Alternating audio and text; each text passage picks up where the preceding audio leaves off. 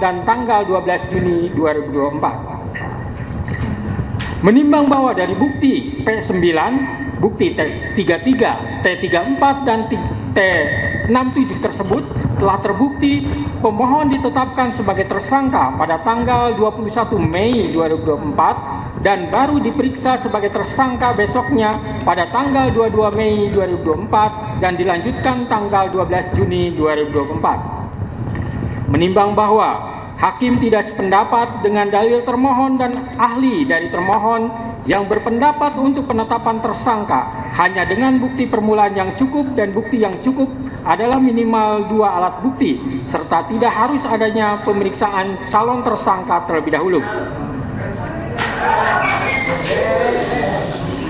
Menurut hakim, penetapan tersangka tidak hanya dengan bukti permulaan yang cukup dan bukti yang cukup adalah minimal 2 alat bukti, tetapi juga harus diikuti adanya pemeriksaan calon tersangka terlebih dahulu. Karena hal tersebut sudah jelas dan tegas termaktub dalam putusan Mahkamah Konstitusi nomor 21/PUU 12 Romawi /2014 tertanggal 16 Maret 2015. Telah memberikan syarat tambahan bahwa selain 2 alat bukti harus dilakukan pemeriksaan terhadap calon tersangka terlebih dahulu, di mana dalam pertimbangannya Mahkamah Konstitusi menyebutkan bahwa agar memenuhi asas kepastian hukum yang adil sebagaimana ditetapkan dalam pasal 28D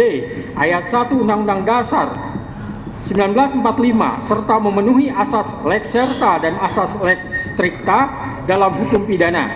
maka prasa bukti permulaan yang cukup dan bukti yang cukup sebagaimana ditentukan dalam pasal 1 angka 14, pasal 17 dan pasal 21 ayat 1 KUHP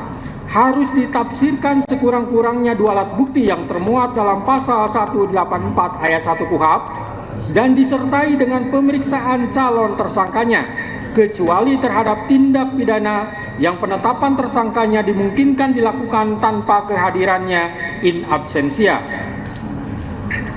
Menimbang bahwa pemeriksaan calon tersangka walaupun tidak dicantumkan dalam amar putusan, melainkan dibunyikan dalam pertimbangannya, akan tetapi putusan Mahkamah Konstitusi tersebut bersifat final dan mengikat, maka sepatutnya isi putusan seluruhnya